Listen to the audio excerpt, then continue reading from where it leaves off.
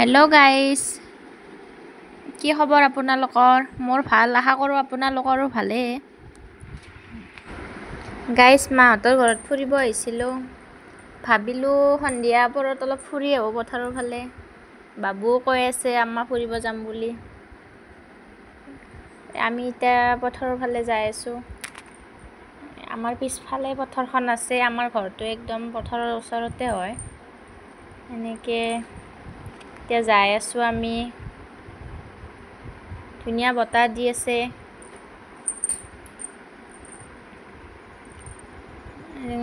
যাই এতিয়া আমি আৰু এইফালে আমাৰ এটা বস্তিও আছে। বস্তিটোৰ ফালে অলপমান মই ভাবিলোঁ ফুৰি আহোঁ। তাতে জলকীয়া লাগি আছে কেইটামান। আমাৰ ইফালে বঙলা জ্বালা বুলিয়ে কওঁ, আপোনালোকে কি কয় গম নাপাওঁ। মই বোলো সেই কেইটামান লৈ আহোঁ। পিছত আৰু বাবুয়ে ক'লে নাযাওঁ আম্মা সিফালে বোকা আছে বুলি কোৱাত আৰু নগ'লোঁ আৰু। এনেই অলপ পথাৰে মাইনাক লৈ ফুৰি আছোঁ। চাওকচোন গাইজ, কিমান ধুনীয়া আমাৰ পথাৰখন। ইফালে পূৰা একদম সেউজীয়া হৈ আছে। এফালে আৰু কঠীয়াবিলাকো আছে, কঠীয়াবিলাক আমাৰে হয়। এইবাৰ ৰুব নোৱাৰিলে, পানীৰ জানেইতো আপোনালোকে, বৰষুণৰ দিগদাৰৰ কাৰণে। এনেই অলপমান ফুৰি আহিলোঁ আৰু।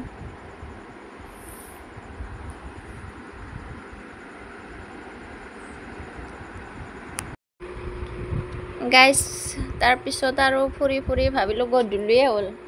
গধূলি আৰু ইফালে অলপমান মাইনাও অলপমান দিগদাৰ কৰি আছে।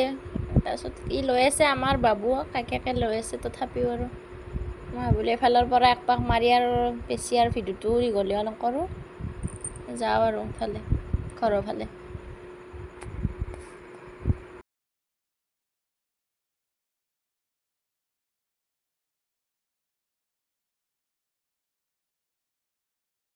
হেল্ল' গাইজ, এইটো মোৰ নিউ ভিডিঅ' হয়।